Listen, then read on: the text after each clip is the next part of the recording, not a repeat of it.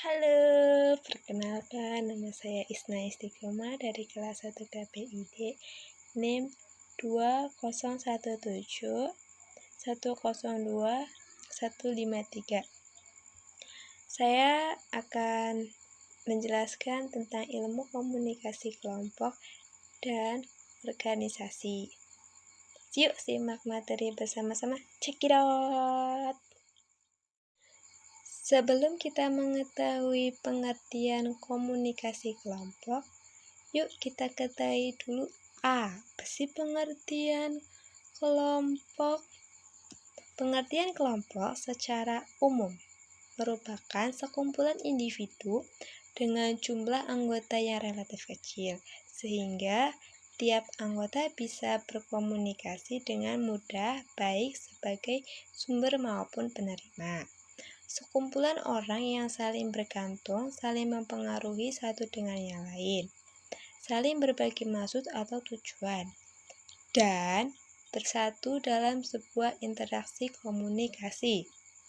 Kemudian, kita akan mengetahui pengertian komunikasi kelompok.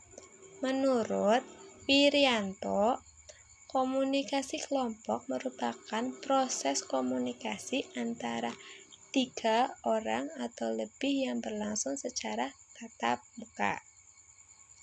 Dalam kelompok tersebut, anggota saling berinteraksi satu dengan yang lain. Kenapa sih orang bergabung dengan kelompok? Ada 3 alasan mengapa mereka bergabung dengan kelompok. Yang pertama, mereka memiliki daya tarik antar anggota kelompok, seperti kesamaan fisik, kesamaan sikap, kesamaan sosial. Yang kedua, mereka memiliki daya tarik kegiatan dan tujuan kelompok. Yang ketiga, mereka memiliki daya tarik manfaat menjadi anggota tertentu, baik dari segi pribadi, sosial, simbolik, pekerjaan, atau keuntungan ekonomi. Contohnya, kelompok pengajian, kelompok pecinta alam, kelompok ilmiah, kelompok pecinta barang antik. Karakteristik kelompok ada 5. Yang pertama, interaksi. Yang kedua, norma. Yang ketiga, peran. Yang keempat, hubungan emosional. Dan yang terakhir, yang kelima, tujuan. Jenis-jenis kelompok. Kelompok berorientasi terhadap tugas.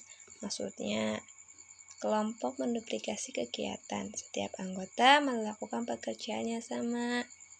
Contoh, semua anggota menanam pohon. Terus, kelompok berjalan. Setiap anggota bekerja pada bagian yang berbeda.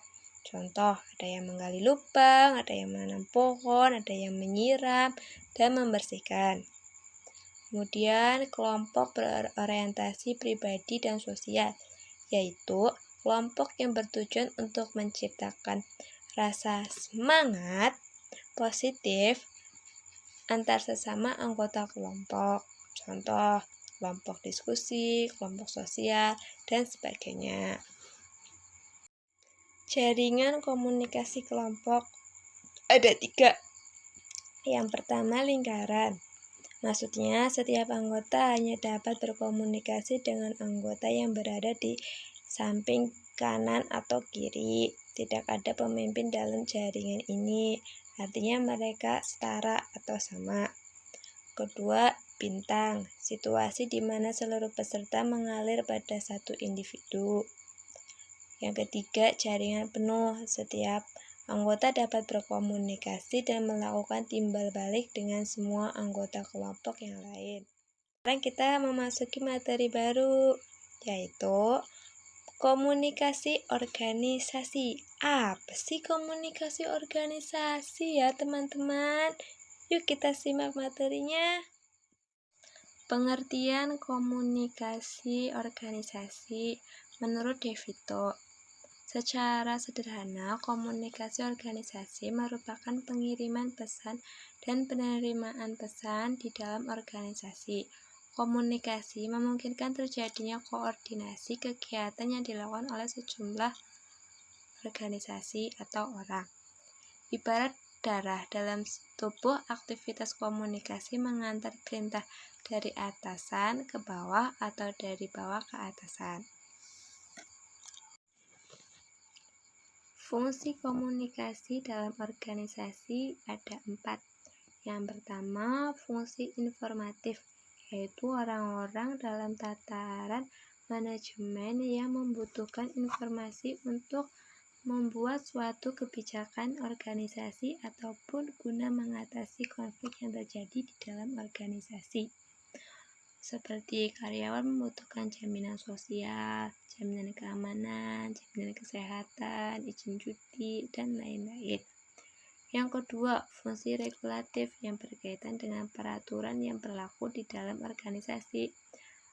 Pekerja atau karyawan membutuhkan peraturan yang diperbolehkan atau yang berlaku, dan peraturan yang tidak diperbolehkan atau yang tidak berlaku dalam organisasi. Yang ketiga, fungsi persuasif. Dalam mengatur organisasi, kekuasaan dan kewenangan tidak akan selalu membawa hasil yang sesuai dengan yang diharapkan.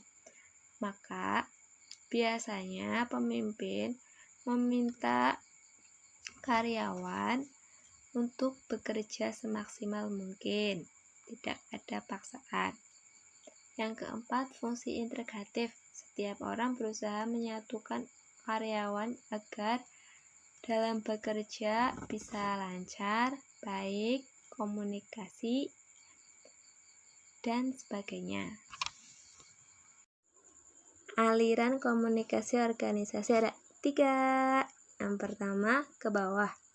Contoh, informasi, kebijakan, dan prosedur kerja. Kedua, ke atas, yaitu saran dan masukan. Ketiga, lateral atau horizontal, yaitu antar individu.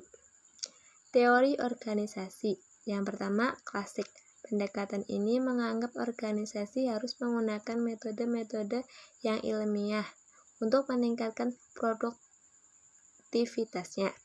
Yang ketiga, hubungan antar manusia. Pendekatan ini berkembang sebagai reaksi terhadap perhatian eksklusif faktor fisik dalam mengukur keberhasilan organisasi. Yang ketiga, kultural. Memandang organisasi dan para pekerjanya memiliki nilai-nilai dan tujuan yang sama.